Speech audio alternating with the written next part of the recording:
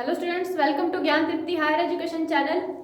Last topic है हमारा Modi method जो हमारा चल रहा था वो आज खत्म करने जा रहे हैं हम। मोदी मेथड हमने जो सबसे पहले कर चुका था, मैंने आपको मोदी मेथड का फर्स्ट लेक्चर देखना, मैंने आपको उसमें करवाया था कि मोदी मेथड है वो दो केसेस के अंदर लगता है। वैसे तो नॉन डीजनरेसी की कंडीशन के अंदर ही वो मेथड सेटिस्फाइड है, बट जब कंडीशन उसकी अपोजिट आ जाए, मतलब डीजनरेसी की कंडीशन आ जाए, तब उसको अपने पहले नॉन डीजनरेसी में चेंज करते हैं, उसके बाद हम उस पर मोदी मेथड अप्लाई करते हैं। तो इस तरीके के क्वेश्चन भी बहुत इंपॉर्टेंट होते हैं। तो आज हम उसी कंडीशन को सॉल्व करने जा रहे हैं, मोदी मेथड फॉर डीजनरेसी।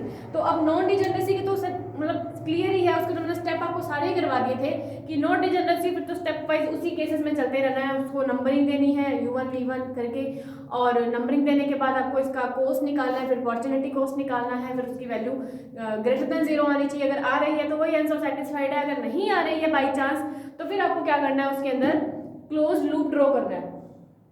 ठीक है, क्लोज लूप ड्रॉ करना है। क्लोज लूप ड्रॉ होने के बाद फिर आपको दोबारा से वही प्रोसेस अप्लाई करना है, उनको नंबरिंग देनी है, नंबरिंग देने के बाद आपको कोस्ट निकालना है, फिर अपॉर्चुनिटी कोस्ट निकालना है, फिर उसके बाद चेक करना है कि सारी की सारी वैल्यू ग्रेटर देन 0 आ रही है या नहीं आ रही। तो इसी तरीके से प्रोसेस चलता है।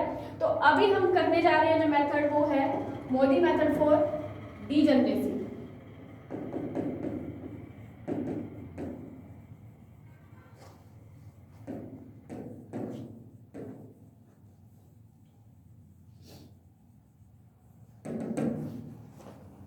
Modi method for degeneracy condition. ठीक है, अब इसके लिए अब अपने करने जा रहे हैं, तो सबसे पहले इसमें क्वेश्चन लेते हैं, क्वेश्चन के थ्रू आपको ज्यादा क्लियर हो जाएगा। तो मतलब इसका इतना सही काम है कि डीजनरेसी को पहले नॉन डीजनरेसी में चेंज करना है। ठीक है, उसके बाद के स्टेप वही सेम है जो एज इट इज है, जो पहले मोदी मेथड में हमने कर चुके हैं, वही स्टेप अपने करने हैं। तो प्रॉब्लम लेते हैं।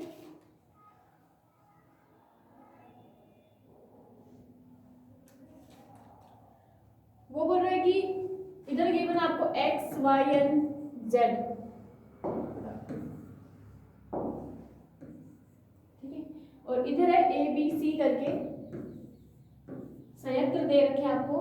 ठीक है, और कोस दे रखी है 8 7 3 3 8 9 11 3 5।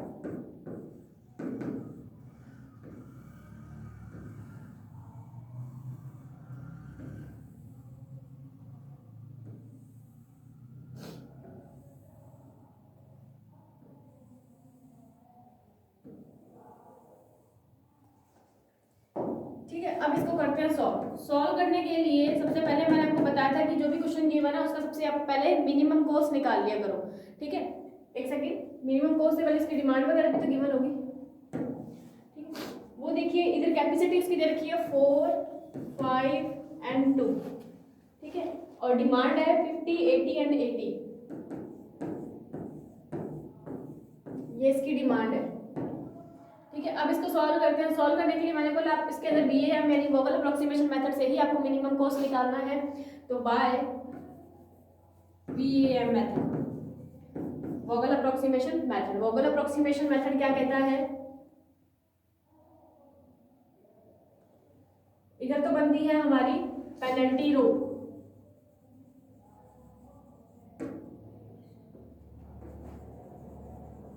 और इधर बनता है पेनल्टी कॉलम।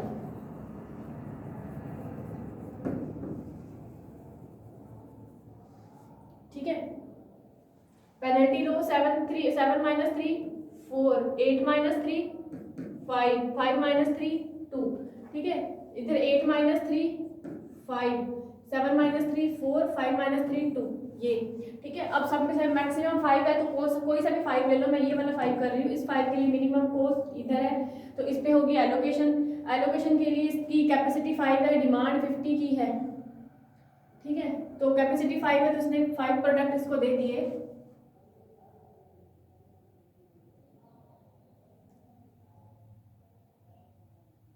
एक सेकंड, ये मैंने गलत लिख दी इसकी।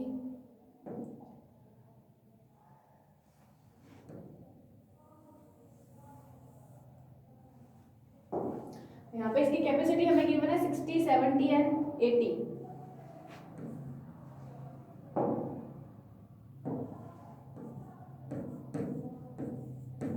ये क्वेश्चन है। अब देखते हैं 5 पे करना है। 70 की कैपेसिटी 50 की डिमांड है, तो 50 इसने इसको दे दिए, इसकी डिमांड हो गई पूरी, और इसके पास प्रोडक्ट बचे 20। तो इसकी डिमांड पूरी हो चुकी है तो इसको ज़रूरत ही नहीं है, तो ये सिटी कर दो लॉक। ठीक है, अब सेकंड पेनल्टी पे चलते हैं। सेकंड पेनल्टी ये डैश हो जाएगी, ये सेम, ये पेनल्टी 4 हो जाएगी, ये 1 हो जाएगी और ये 2 हो जाएगी। अब 2 4 है, किसी को भी कर लो, तो मैं इसको कर लूँ। इसके लिए मिनिमम मेरा 3 है, तो 3 पे 80 की डिमांड है और 80 ही इसके पास प्रोडक्ट है, तो 80 के 80 प्रोडक्ट इसने इसको दे दिए, तो 0 बचे, यानी इसकी डिमांड भी पूरी हो गई। ठीक है, और इसके पास प्रोडक्ट नहीं है कुछ भी, तो ये सी भी लॉक हो गया। ठीक है, नेक्स्ट पेनल्टी 3 9, ये लॉक और 6। तो इस 9 के लिए मैं काम कर रही हूँ, तो यही बचा है सिर्फ, तो इस पे काम कर रही हूँ। 20 एंड 80 की डिमांड है, 20 प्रोडक्ट है, तो 20 प्रोडक्ट इसने इसको दे दिए, 0 प्रोडक्ट बचे और इसके पास डिमांड 60 की बची। लास्ट 3 ही बचा है, तो इसके पास 60 की डिमांड है, 60 ही प्रोडक्ट है, तो ये 0, ये भी 0, तो हो गए सारे 0 0। तो इसके लिए हमें निकालना है मिनिमम कॉस्ट। तो मिनिमम कॉस्ट देखो कितना निकल जाएगा, 60 multiply 3 plus 50 multiply 3 plus 20 multiply 9 plus 80 multiply 3। ठीक है, तो ये कितना आ जाएगा, 180 प्लस 150 प्लस 180 प्लस 240। ठीक है, देखो कितना आ जाएगा,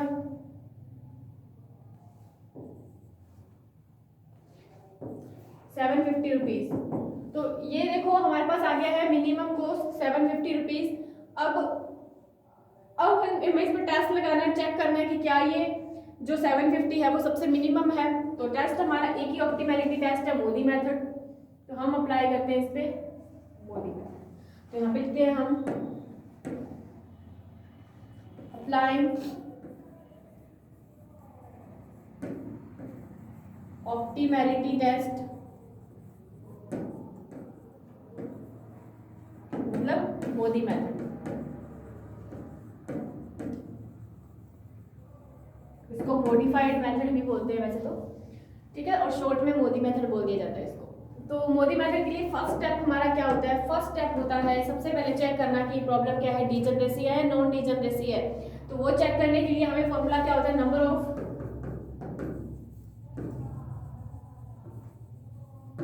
of occupied cell is equals to m plus n minus 1। Occupied cell क्या होती है, मतलब वो सेल्स जिनके अंदर एलोकेशन हो रखी होती है। तो कितनी ऐसी सेल है, 1 2 3 और 4, तो 4 सेल्स हैं।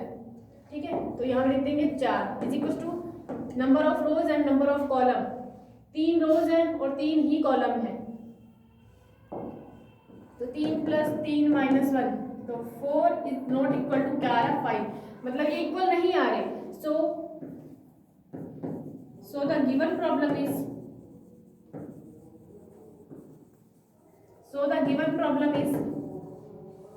degeneracy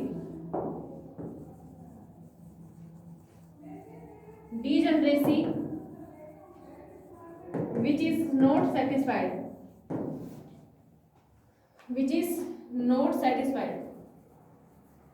अगर ये सेटिस्फाइड नहीं है, ठीक है, तो फिर हमें क्या करना है, डीजनरेसी को नो डीजनरेसी में चेंज करना। और नो डीजनरेसी में चेंज करने के लिए यहाँ 5 इज इक्वल टू 5, क्योंकि इसको तो हमने चेंज कर ही नहीं सकते, क्योंकि क्वेश्चन में है ही रो कॉलम, तो करीब कम ही नहीं कर सकते। हम इसको बढ़ा सकते हैं, किसको, ऑक्यूपाइड सेल को बढ़ा सकते हैं। इसको बढ़ा देंगे तो 5 बराबर 5 यानी नो डीजनरेसी बन जाएगा। तो हमें कंडीशन सेटिस्फाई करने के लिए हमें नंबर ऑफ ऑक्यूपाइड सेल को बढ़ाना पड़ेगा। ठीक है, नंबर ऑफ ऑक्यूपाइड सेल को बढ़ाने के लिए हम क्या कर सकते हैं, अब यहाँ पे देखो हमारे पास ऑक्यूपाइड सेल 4 थी, क्योंकि इसमें एलोकेशन 4 थी, तो हमें एलोकेशन बढ़ानी है। तो एलोकेशन बढ़ाने के लिए हम क्या बोलेंगे कि इन सब में से जिनके अंदर एलोकेशन नहीं है, इनमें से किसी एक के अंदर एलोकेशन करनी पड़ेगी। एलोकेशन करेंगे खुद की तरफ से तो एलोकेशन बढ़ जाएगी, तो एलोकेशन 5 हो जाएगी। तो 5 एलोकेशन बराबर के अंदर वो 5 वो number of rows and column वाले सिस्टम से 5 बराबर 5 यानी नो डीजनरेसी बन जाएगा। तो हम क्या करना चाह रहे हैं, किसी भी एक अनएलोकेटेड सेल को एक एलोकेटेड सेल के अंदर चेंज करना चाह रहे हैं, मतलब जिसके अंदर एलोकेशन नहीं है उसको एलोकेशन के अंदर चेंज करना चाह रहे हैं, ये करना चाह रहे हैं। तो हम लिखेंगे यहाँ पर कि which is not satisfied, now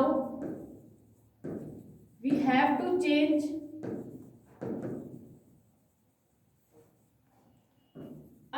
allocated cell in allocated cell, हम क्या करेंगे, एक अनएलोकेटेड सेल को एक एलोकेटेड सेल के अंदर चेंज करेंगे। तो वो चेंज करने के लिए आपको क्या करना है, वो जो टेबल थी वो दोबारा से बनाओ।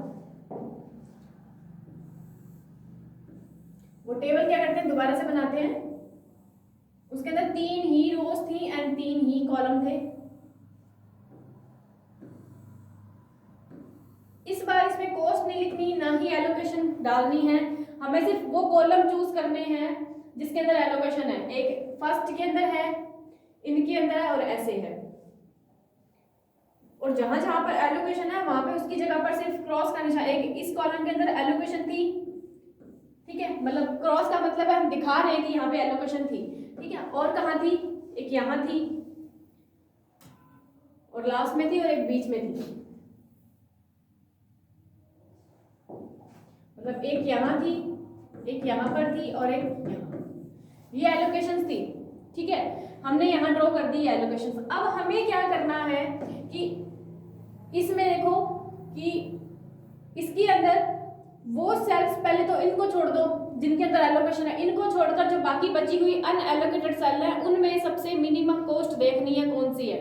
अब देखो 8 है, 7 है, 8 है, 11 एंड 5, तो ये 8, 7, 8, 11, 5 यही बची हुई है। तो इनमें हमें देखना है कि सबसे मिनिमम कॉस्ट कौन सी, तो साफ साफ दिखाई दे रही है सबसे मिनिमम कॉस्ट 5 ही है। बाकी सारी 8, 7, 8, 11 ये बड़ी है, 5 सबसे मिनिमम है। तो हमें क्या करना है, मिनिमम कॉस्ट देखनी होती है। तो हम यहाँ पे करेंगे मिनिमम कॉस्ट। तो साफ दिखाई दे रहा है मिनिमम कॉस्ट किसमें है, इसमें है। तो यहाँ पे क्या है, मिनिमम कॉस्ट है हमारी, हमें सबसे मिनिमम कॉस्ट देखनी होती है। अब तुम्हें क्या करना होता है, यहाँ से मिनिमम कॉस्ट देख करके वहां से क्या बनाना होता है, एक क्लोज्ड लूप ड्रॉ करना होता है। और क्लोज लूप ड्रॉ करना होता है और ड्रॉ करने की कोशिश करेंगे, बट क्लोज लूप नहीं बनना चाहिए, ये ध्यान रखना। जब नो डिजनरेसी की कंडीशन करते हैं, ठीक है, जब वो नो डिजनरेसी की कंडीशन करते हैं अपन कि वो पहले स्टेप के अंदर पता चलता है कि यहाँ वो नो डिजनरेसी है, तो उस कंडीशन के अंदर तो क्लोज लूप बनना चाहिए। बट जब अपने डीजनरेसी की कंडीशन करते हैं, डीजनरेसी के अंदर हम नो डिजनरेसी में कन्वर्ट करना चाहते हैं, तो कन्वर्ट करने के लिए लूप नहीं बनना चाहिए। ये थोड़ा डिफरेंस ध्यान रखना। जब अपने नो डिजनरेसी की कंडीशन के अंदर जा रहे हैं कि हमें कंडीशन नहीं मिल रही, डीआईजी की ग्रेटर देन 0 नहीं मिल रही, ठीक है, उस केस के अंदर तो हमें मिनिमम वैल्यू से शुरू करते हैं क्लोज लूप बनाना, और क्लोज लूप बनना चाहिए। बट जब डीजनरेसी को नो डीजनरेसी में चेंज करना चाह रहे हैं, तो चेंज करने के लिए हमारे पास जो क्लोज लूप है वो नहीं बनना चाहिए, ये थोड़ा ध्यान रखना, ठीक है। तो अब यहाँ से मैं क्लोज लूप बनाना शुरू करूंगी। तो क्लोज लूप में चाहे इधर चली जाऊँ चाहे उधर चले जाऊँ, उसके आगे तो मैं जा ही नहीं सकती, ठीक है, उसके आगे तो जा ही नहीं सकती। जैसे मैं इधर चलेगी, ठीक है, इधर जाके मैं यहीं रुक जाऊंगी, ऊपर चलेगी तो भी ऊपर जाके मैं यहीं रुक जाऊंगी, मतलब हो ही नहीं सकता, ठीक है। तो ऊपर जाऊंगी तो ऊपर जाके मैं यहाँ पहुंच जाऊंगी, यहाँ से फिर गड़बड़ आ जाएगी। तो यहाँ से मैं ऊपर जा रही हूँ, ठीक है, यहाँ जाने के बाद मैं इधर जा सकती हूँ, पर इधर जाके यहाँ रुक सकती हूँ, यहाँ से फिर से रुक गई क्योंकि मैं नीचे नहीं जा रही। तो यहाँ से आप थोड़ा आगे और बढ़ सकती हो, ठीक है, यहाँ बढ़ गई चलो मैं, क्योंकि यहाँ पर तो एलोकेशन है ना, तो यहाँ से मैं टर्न भी ले सकती हूँ, ठीक है। यहाँ से मैं नीचे फिर से आ गई, यहाँ से नीचे आने के बाद मैं इधर टर्न नहीं कर सकती क्योंकि इस कॉलम के अंदर एलोकेशन नहीं है।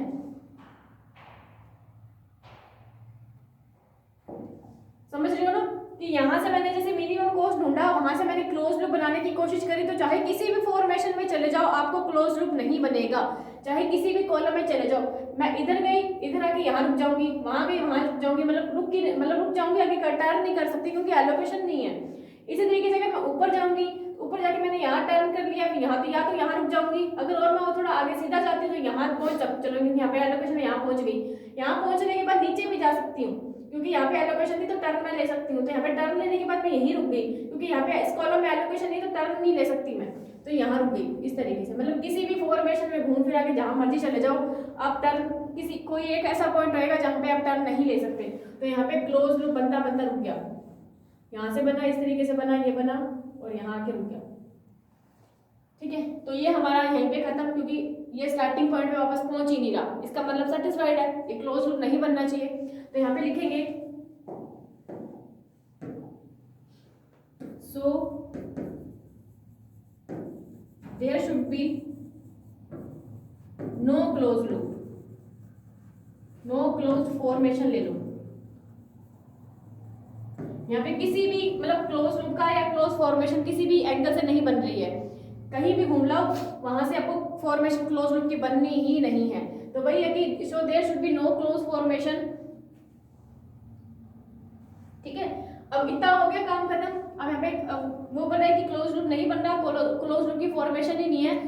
फिर जहां से आपने शुरू करा है ना लूप बनाना मिनिमम कॉस्ट से, वहां पर आपको एलोकेशन कर देनी है। और एलोकेशन के अंदर चाहे एप्सिलॉन डेल अपनी मर्जी से कुछ भी मान लो, ठीक है, वो फर्क नहीं पड़ता। बट एलोकेशन तो बढ़ गई ना, क्योंकि इसमें पहले एलोकेशन नहीं थी, अब अपनी तरफ से एलोकेशन कर देंगे। और वहीं से क्यों कर रहे हैं, क्योंकि वहां से लूप बनाने के पर लूप नहीं बन रहा, उस मिनिमम कॉस्ट से लूप बनाने पर लूप नहीं बन रहा, इसलिए उसी कॉलम के अंदर हमें एलोकेशन देनी है, ये थोड़ा ध्यान रखना। ठीक है, तो so there should be no close formation. Now we allocate epsilon, मतलब इस एलोकेशन के अंदर मैं क्या कर देता हूं, एप्सिलॉन एलोकेशन दे देती हूँ। Now we allocate epsilon in minimum cost column.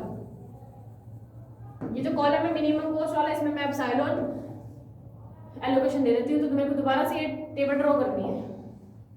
जब हमने टेबल ड्रॉ करेंगे तो टेबल के अंदर सारा काम फिर से वही करना है।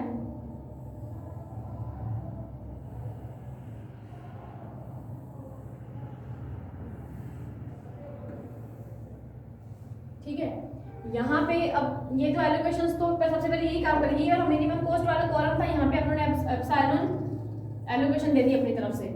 ठीक है, बाकी सारा जो काम है ऊपर से देखकर जो सेम चल रही थी उसको देखकर करना है। ये 8, 7 और 60 एलोकेशन थी, 60 and 3।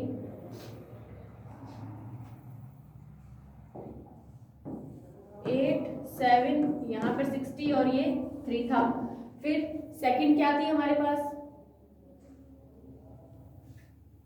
सेकंड थी 53, 8, 29।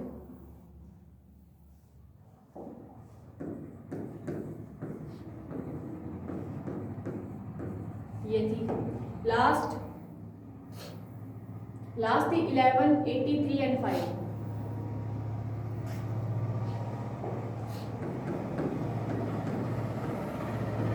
ये था। ठीक है, ये बन गई हमारे पास कॉस्ट, मतलब क्लोज लूप बनाने के बाद हमने से एलोकेशन बढ़ा दी। अब एलोकेशन बढ़ाने के बाद दोबारा चेक करते हैं क्या ये कंडीशन अब नो डिजनरेसी में चेंज हो गई या नहीं। तो यहाँ फिर से लिखेंगे number of occupied cell is equal to m plus n minus 1। ठीक है, नंबर ऑफ ऑक्यूपाइड सेल कितना है, 1, 2, 3, 4 और 5। तो 5 हो गया, और इधर 3 रो 3 कॉलम -1, तो 5 बराबर 5। तो यहाँ पे लिख देंगे so the condition is for non degeneracy. Condition किसकी है, नॉन डीजनरेसी की हो गई। तो ये करने के बाद हम चलते हैं इसके सेकंड स्टेप पे। ठीक है, सेकंड स्टेप के अंदर हमें क्या था, इनको नंबरिंग देनी होती है। ठीक है, तो नंबरिंग के लिए इनको दे दिया मैंने U1, U2, U3, इसको V1, V2 और V3 नंबर दे दिए। ठीक है, नंबरिंग करने के बाद हम इसका क्या फाइंड करते हैं, कॉस्ट फॉर ऑक्यूपाइड सेल।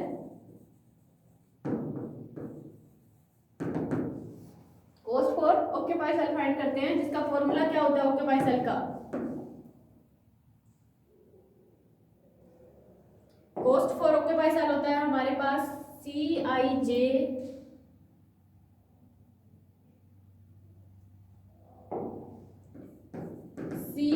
बराबर UI प्लस VJ। ठीक है, अब देख लो किन किन के अंदर एलोकेशन है, सिर्फ उन्हीं कॉलम में काम करना है हमें। सबसे पहले इसके अंदर है C13 में, तो यहाँ पे लिखेंगे हम सबसे पहले C13 के लिए U1 plus V3। Second C21, C23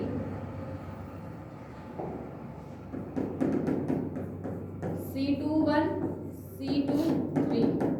ठीक है, तो ये U2 plus v1 u2 plus v3। इसी तरीके से फोर्थ देखो क्या है, 2 3 तक हो गया काम खत्म, c23 हो गया, c32 c33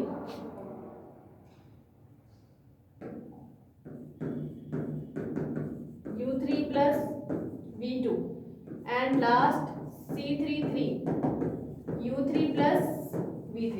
अब इनकी वैल्यूज निकाल लेते हैं अपन। वैल्यूज निकालने के लिए c13 देखो कितना है, c13 हमारे पास है 3, ठीक है, तो यहाँ पे लिखेंगे हम 3। एक सेकेंड, इनकी वैल्यूज भी तो निकालनी है, इनमें से किसी एक की वैल्यू लेटर में 0 करते हैं। तो देखो ऐसी कौन सी रो और कॉलम है जिसके अंदर मैक्सिमम एलोकेशन हो रही है, तो ऑब्वियसली दिख रही है इसके अंदर सब तीनों में एलोकेशन है, तो v3। तो हम क्या ले लेते हैं इसके अंदर, v3 को 0 ले लेते हैं, ठीक है, v3 को 0 ले लेते हैं। v3 वाले कॉलम देख लो कौन कौन से, सिर्फ उसमें काम करना है। तो v3 सबसे पहले में बढ़ा हुआ है, अब is equal to u1 plus v3 0 था, तो u1 की वैल्यू कितनी आ गई, 3 आ गई, ठीक है, u1 की वैल्यू 3 आ गई। v3 इसमें भी है, और इसके अंदर c23 की वैल्यू कितनी है, देखो c23 की वैल्यू 9 है, यहाँ पे लिखेंगे 9 is equal to u2 plus 0, तो यहाँ से u2 की वैल्यू कितनी आ गई, 9 आ गई, ठीक है, u2 की 9 आ गई, इसमें पुट कर दो। c21 कितना है, c21 3 है, ठीक है, तो यहाँ पे लिख देंगे 3 इज इक्वल टू u2 की 9 है प्लस v1, तो v1 की वैल्यू आ जाएगी -6, ये निकल गई, ठीक है। अब इधर काम करते हैं,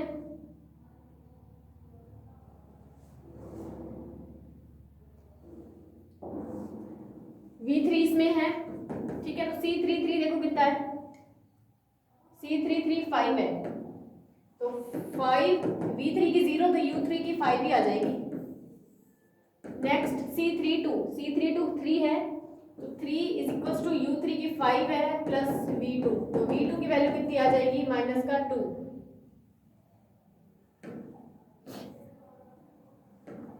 ऊपर लिख रही हूँ मैं, v2 की वैल्यू आ जाएगी -2 यहाँ से।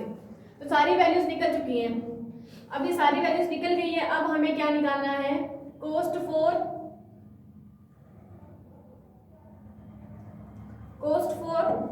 नॉन ऑक्यूपाइड सेल, या फिर लिख सकते हैं अपॉर्चुनिटी कॉस्ट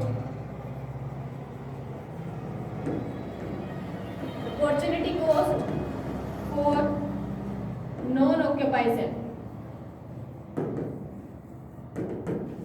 ठीक है, opportunity cost for non occupied cell, ठीक है। अपॉर्चुनिटी कॉस्ट के लिए formula dij is equal to cij minus ui plus vj। तो सबसे पहले dij, तो dij देखो ऐसी कौन सी सेल है जिसके अंदर एलोकेशन नहीं है, कौन कौन सी है, 1 1 है, 1 2 है, 2 2 है, 1 1 1 2 2 2।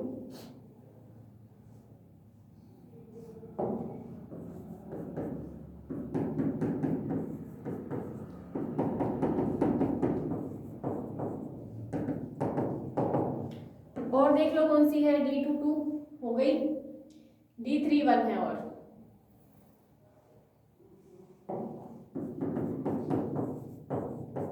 फॉर्मूला क्या बन जाएगा इसके लिए, c11 minus u1 plus v1, इसके लिए c12 minus u1 plus v2, इसके लिए c22 minus u2 plus v2, इसके लिए c31 minus u3 plus v1।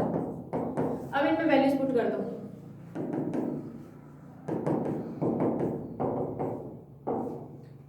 c11 पहला कॉस्ट कितना है, देखो पहला कॉस्ट है 8, फिर 7,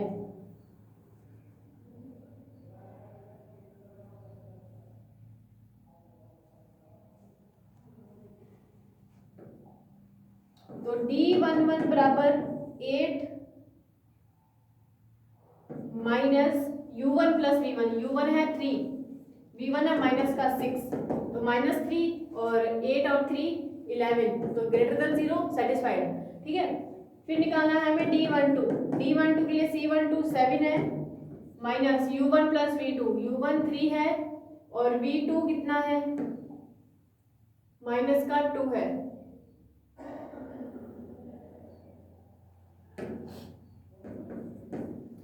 ठीक है, यहाँ से 1 प्लस का और 7 माइनस 1 6 ग्रेटर देन 0 सेटिस्फाइड है। फिर D22 निकालना है। D22 के लिए C22 देखो कितना है, C22 8 है और नीचे 11 है।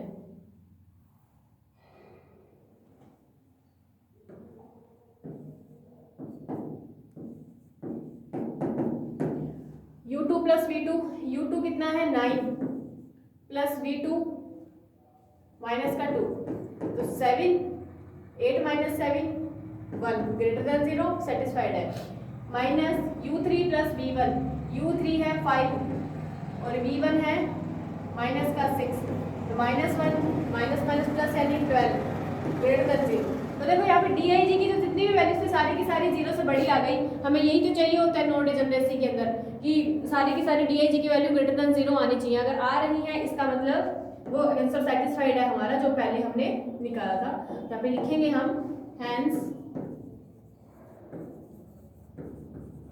all value of DIG are greater than 0 not equal greater than 0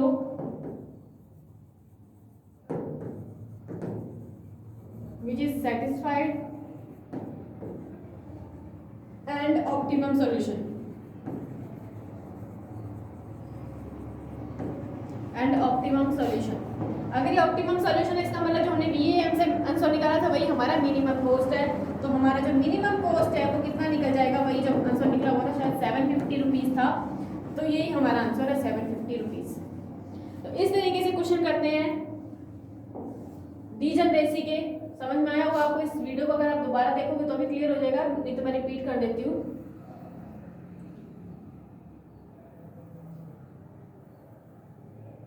सबसे पहले आपको क्वेश्चन गिवन, ये तो पहला मेथड तो करना ही करना है। जो भी क्वेश्चन गिवन होगा चाहे वो डिजनरेसी है चाहे वो नॉन डिजनरेसी है, आपको उसके अंदर मिनिमम कॉस्ट के लिए मेथड लगाना पड़ेगा। और ये मेथड का नेम नहीं बोला जाता तो आपको वोगल अप्रोक्सीमेशन मेथड ही लगाना है। ठीक है, पहले सबसे पहले वोगल अप्रोक्सीमेशन मेथड लगा करके आपको उसकी मिनिमम कॉस्ट निकालने की कितनी आ रही है। मिनिमम कॉस्ट निकालने के बाद आपके ऊपर उसको चेक करना है कि क्या ये सबसे मिनिमम है, तो उसके लिए हम ऑप्टिमैलिटी टेस्ट लगाते हैं। उस पर ऑप्टिमैलिटी टेस्ट मैंने एक ही बताया, मोदी मेथड, आपको मोदी मेथड ही अप्लाई करना है। उसके लिए आपको सबसे पहले चेक, पहली कंडीशन जो उसमें रहती है नोड डिजनरेसी में वही इसमें रहेगी कि number of occupied cell is equal to, check करना होता है कि डिजनरेसी है नोड डिजनरेसी है। तो वो चेक करने के लिए हम ये फॉर्मूला लगाते हैं। तो फॉर्मूला लगाया जब हमने तो इक्वल नहीं आ रहे थे, जब इक्वल नहीं आती तो मैंने आपको बताया था कि वो कंडीशन डिजनरेसी में जाती है। तो हम डिजनरेसी में कंडीशन आने के बाद हम कोशिश करते हैं कि उसको नोड डिजनरेसी में चेंज करें। तो हम इसको क्या करते हैं, नोड डिजनरेसी में चेंज करना चाह रहे हैं, तो उसके लिए हम क्या करना है, रो और कॉलम तो बढ़ नहीं सकते ना कम हो सकते हैं, तो हम ऑक्यूपाई सेल को तो बढ़ा सकते हैं। तो ऑक्यूपाई सेल को बढ़ाने के लिए एलोकेशन बढ़ानी होती है। एक एलोकेशन बढ़ गई तो 5 बराबर 5 आ जाएगा। तो एलोकेशन बढ़ाने के लिए हमें वो जो ऊपर एलोकेशन वाली टेबल थी वो दोबारा ड्रॉ करी, ना ही उसमें एलोकेशन लिखनी है ना ही कॉस्ट लिखनी है, बस उसकी जगह पर क्रॉस दिखा देना कि हाँ इस जगह पे एलोकेशन थी। वो करने के बाद आपको जिस कॉलम के अंदर, जिन सेल के अंदर एलोकेशन नहीं है, उन सेल्स में थे सबसे मिनिमम कॉस्ट वाले सेल को उठाना है, वहां से क्लोज लूप बनाने की कोशिश करनी है। और क्लोज लूप नहीं बनना चाहिए। ठीक है, क्लोज लूप बनाने की कोशिश करनी है, क्लोज लूप नहीं बनना चाहिए। नहीं बन रहा होगा क्लोज लूप तो फिर उसी कॉलम में जिसको मिनिमम कॉस्ट वाला कॉलम चूज करा था, जहां से लूप बनाना शुरू करा था, उसी कॉलम के अंदर अपनी तरफ से कोई भी एलोकेशन देके नाम दे देना है। एप्सिलॉन दे दो, डेल दे दो, एक्स दे दो, अपनी मर्जी है। ठीक है, मैंने दे दिया इसको एप्सिलॉन नाम। अब वो बोल रहे हैं कि वापस से वो टेबल ड्रॉ करो और उसके अंदर सारी की सारी कॉस्ट लिखो, सारी की सारी एलोकेशन लिखो, यहाँ पर एप्सिलॉन दे दो और वो कॉस्ट सेम रहेगी। ठीक है, फिर हमने क्या करा, चेक करा कि क्या ये अब नॉन डिजनरेसी में चेंज हो चुकी है। तो फिर से वो फॉर्मूला अप्लाई करा। फॉर्मूला अप्लाई करने के बाद देखा कि बराबर आ गई, ऑक्यूपाइड सेल और वो m+n-1 बराबर आ गई, इसका मतलब क्या है, नोड डिजनरेसी की कंडीशन है। फिर हम चलते हैं इसके सेकंड स्टेप पे कि इनको नंबरिंग देनी होती है। नंबरिंग देने के बाद का काम आपको मैं पहले भी करवा चुकी हूँ। इसमें सबसे पहले कॉस्ट फॉर ऑक्यूपाइड सेल निकालना होता है, जो ये फॉर्मूला आपको एचडी याद रखना है। वो निकालने के बाद इसके अंदर आपको ये वैल्यूज निकालनी होती है इन सब की, और इन सब की वैल्यू कैसे निकलेगी, इनमें से किसी एक वैल्यू को आपको जीरो पुट करना होता है। वो किसको, जिस रो या कॉलम के अंदर मैक्सिमम एलोकेशन हो रही होती है उसको जीरो रख दिया करो। तो V3 के अंदर मैक्सिमम 0 थी, मैंने V3 को जीरो पुट कर दिया, बाकी सारी वैल्यूज इस तरीके से निकाल दी। ठीक है, उसके बाद अपॉर्चुनिटी कॉस्ट हमारा लास्ट स्टेप होता है वैसे तो, कि यहाँ पे जीरो आनी चाहिए, सारी की सारी वैल्यू जीरो से बड़ी आनी चाहिए। तो अपॉर्चुनिटी कॉस्ट का formula DIJ CIJ minus UI plus VJ होता है। ठीक है, अब ये कॉस्ट हमेशा उन सेल्स के लिए लिखता है जिनके अंदर एलोकेशन नहीं होती। ठीक है, तो उन सेल्स को चूज कर लो जिसके अंदर एलोकेशन नहीं है। तो ऐसे ही हमारे पास 4 सेल्स थी जिनमें एलोकेशन नहीं थी, उन चारों सेल्स का मान देखा क्या आ रहा है, चारों का मान 0 से बड़ा आ रहा था। ठीक है, चारों का मान 0 से बड़ा आ गया, इसका मतलब ये कंडीशन सेटिस्फाइड है। और कंडीशन सेटिस्फाइड है इसका मतलब क्या है कि जो मिनिमम कॉस्ट हमने वोकल अप्रोक्सीमेशन से निकाली थी वही हमारी मिनिमम कॉस्ट है। अब इसमें बाई चांस अगर किसी की एक की वैल्यू नेगेटिव आ जाती तो फिर हम दोबारा से वो काम करते क्लोज लूप वाला, और इस केस के अंदर अब क्लोज लूप बनना चाहिए क्योंकि कंडीशन नोड डिजनरेसी के अंदर चेंज हो चुकी है। ठीक है, क्योंकि कंडीशन नोड डिजनरेसी में चेंज हो चुकी है, इसका मतलब इसके अंदर क्लोज लूप बनना चाहिए। क्लोज लूप बना करके दोबारा से ये प्रोसेस करोगे आप CIJ और DIJ का, फिर से देखोगे कि DIJ की वैल्यू 0 से बड़ी आ रही है बराबर। ठीक है, अब उस कंडीशन के अंदर बड़ी है बराबर आ जाती है तो फिर हमारा जो लोएस्ट कॉस्ट था वो कुछ और निकलता, क्योंकि जो नई वाली टेबल बनती है ना क्लोज लूप जहाँ पे बन जाता, वहां से एक नई टेबल बनती जो मैं लास्ट लेक्चर में करवा चुकी हूँ, वहां से एक नया आंसर आता हमारे पास, वो मिनिमम कॉस्ट होता। बट इसमें तो हमारे पास ऑलरेडी DIJ के ग्रेटर देन 0 आ गई एक ही बार में, तो इसका मतलब क्या है, वो मिनिमम कॉस्ट VM वाला ही है। तो ये हमारा जो टॉपिक था ऑप्टिमाइजेशन के अंदर, जितने भी टॉपिक सारे कंप्लीट हो चुके हैं, कुछ भी नहीं बचा इसके अंदर। ठीक है, और सारे के सारे टॉपिक जो मैंने करवाए हैं इंपॉर्टेंट है, एग्जाम पॉइंट ऑफ व्यू से भी काफ़ी लेंथी क्वेश्चंस में पूछे जाते हैं, तो ये कंप्लीट करने हैं। अभी नेक्स्ट लेक्चर के अंदर हम इसकी कोई नई बुक शुरू करने जा रहे हैं फाइनल ईयर की। ठीक है, उसके अंदर हम इसको बाकी सारा सिलेबस हम कवर करेंगे धीरे धीरे। ठीक है, और बाकी करते हैं नेक्स्ट लेक्चर के अंदर। Thanks for watching.